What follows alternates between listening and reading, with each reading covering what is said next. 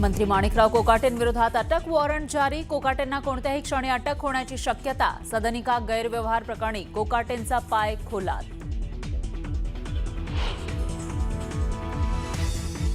कोकाटेंच्या जामीन अर्जावर न्यायालयाकडून तातडीच्या सुनावणीस नकार. 19 डिसेंबरला होणार सुनावणी. तर रक्तदाबाच्या त्रासानं कोकाटे सध्या लीलावती रुग्णालयात दाखल. धनंजय मुंडेंनी दिल्लीमध्ये अमित शहांची भेट घेतल्याची जोरदार चर्चा. धनंजय मुंडेंची मंत्रिमंडळामध्ये वापसी होण्याची चर्चा. तर कोकाटेंचं मंत्रिपद धनंजय मुंडेंना मिळण्याची शक्यता.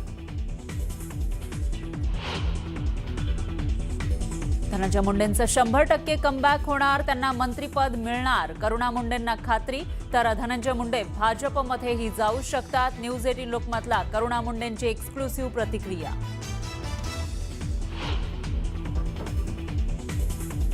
नवाब मलिकांऐवजी सना मलिक यांच्या नेतृत्वात निवडणुका होण्याची शक्यता. सना मलिकांचा चेहरा समोर करण्याचा अजितदादांचा विचार असल्याची सूत्रांची माहिती.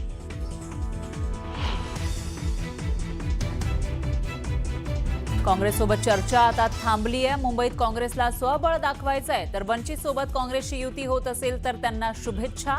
संजय राऊतांचं काँग्रेसच्या स्वबळाच्या मुद्द्यावर भाष्य.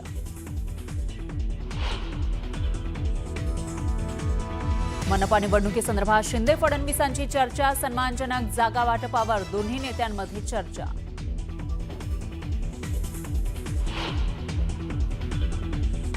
पृथ्वीराज चव्हाणांनी भारतीय सैन्याचा अपमान केला. ही कसली देशभक्ती. हा तर देशद्रोह.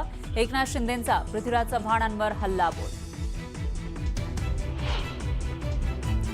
आणि वाल्मिक कराडचा जामीन अर्ज औरंगाबाद खंडपीठानं फेटाळला. बीडच्या मसाजोगचे सरपंच संतोष देशमुख हत्या प्रकरणी केला होता जामीन अर्ज. सुरुवातीला आजची सगळ्यात मोठी बातमी आहे. धनंजय मुंडे जे माजी मंत्री आहेत मात्र ते पुन्हा एकदा मंत्री होण्याची शक्यता आहे. राष्ट्रवादी काँग्रेसचे नेते धनंजय मुंडेंना पुन्हा मंत्रिपदाची लॉटरी लागणार असल्याची चर्चा राजकीय वर्तुळात आहे. याला कारणही तसंच आहे. माणिकराव कोकाटेंविरोधात अटक वॉरंट जारी झाल्यानंतर धनंजय मुंडे थेट दिल्लीत दाखल झाले. त्यांनी मंत्रिपदासाठी फिल्डिंग लावायला सुरुवात केल्याची माहिती समोर आली. माणिकराव कोकाटेंचं मंत्रिपद जाणार असं बोललं जात असल्यानं मुंडेंनी दिल्ली गाठत अमित शहांकडे मंत्रिपदासाठी गळ घातली. खुद्द राष्ट्रवादीचे प्रदेशाध्यक्ष सुनील तटकरेंनी मुंडेंसोबत जाऊन अमित शहांचं दार ठोठावलं. बंद दाराआड तिघांची चर्चा पार पडली. या चर्चेनंतर धनंजय मुंडेंची सकारात्मक देहबोली बरंच काही सांगून जाते.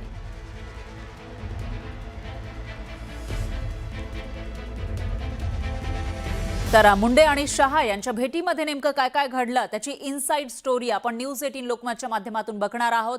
या दोघांची भेट झालेली होती. तटकरे सुद्धा या ठिकाणी होते. मुंडे आणि शहा भेटीसाठी तटकरेंची मध्यस्थी पाहायला मिळाली आहे. तटकरे जे अध्यक्ष आहेत राष्ट्रवादीचे प्रदेशाध्यक्ष त्यांनी मध्यस्थी केल्याची माहिती आहे. भेटी दरम्यान राष्ट्रवादीच्या बड्या नेत्याची सुद्धा हजेरी होती अशी माहिती समोर आलेली आहे. तर आज दिल्लीमध्ये नेमकं काय घडलं त्याचे हे अपडेट इनसाइड स्टोरी आपण या ठिकाणी बघतोय. मुंडे आणि शहांमध्ये खलबत झाल्याची माहिती होती समोर आलेली आहे. म्हणजे एकूणच या तिघांची बैठक झाली. त्याचबरोबर मुंडे आणि शहा यांची स्वतंत्र बैठक झाली. त्यांच्यामध्ये खलबत झाली. मंत्रिपदासाठी मुंडेंची लॉबिंग पाहायला मिळतेय. तर तटकरेंना घेऊन मुंडे थेट दिल्लीमध्ये शहांच्या भेटीसाठी पोहोचले. आणि कोकाटे प्रकरणाच्या पार्श्वभूमीवर या भेटीला महत्त्व आलेलं आहे. कारण कोकाटेंचं आता त्यांना ज्या पद्धतीनं शिक्षा झाली आहे त्यांचं मंत्रिपद जाणार हे जवळपास निश्चित मानलं जात आहे. त्यामुळे त्यांचं मंत्रिपद मुंडेंना मिळणार असल्याचं कळतंय. दरम्यान सुनील तटकरे यांना याबाबत विचारलं असता त्यांनी काय उत्तर दिलं तेही पाहूयात.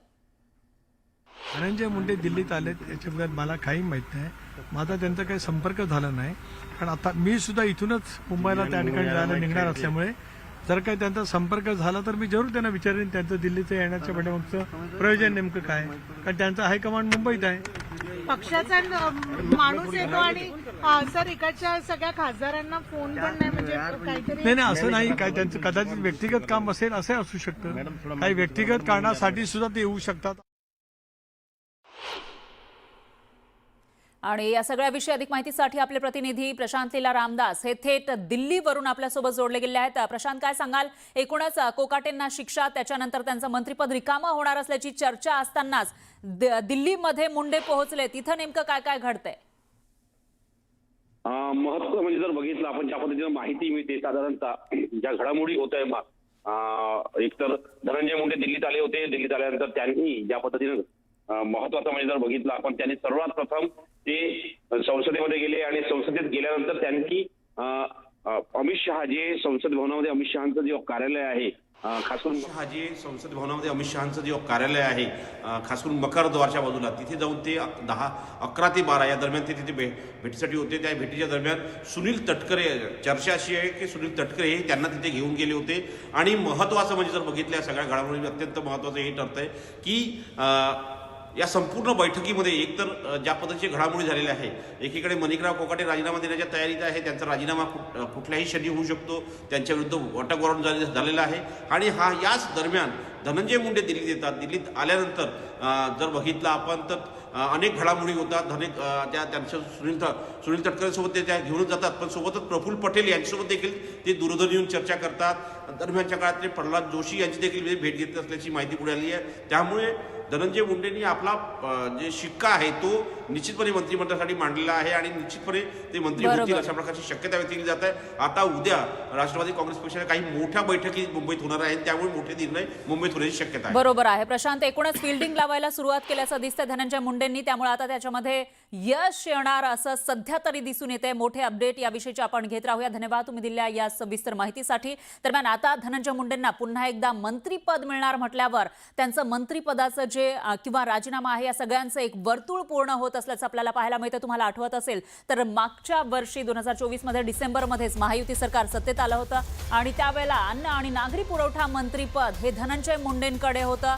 आणि त्याचबरोबर संतोष देशमुख हत्या प्रकरणामध्ये त्यांच्यावर टीका झालेली होती. त्यांचा जवळचा कराड हा दोषारोपपत्रामध्ये मुख्य आरोपी म्हणून त्याचा उल्लेख आहे. आणि कृषी खात्यामधील कथित भ्रष्टाचार प्रकरणामुळे धनंजय मुंडे यांना आपल्या कॅबिनेट मंत्रिपदाचा राजीनामा द्यावा लागलेला होता. आरोग्याच्या कारणावरून धनंजय मुंडे यांनी राजीनामा दिला होता. खरं तर त्यांच्यावर टीका केली जात होती, राजीनामा द्यावा अशी मागणी होत होती.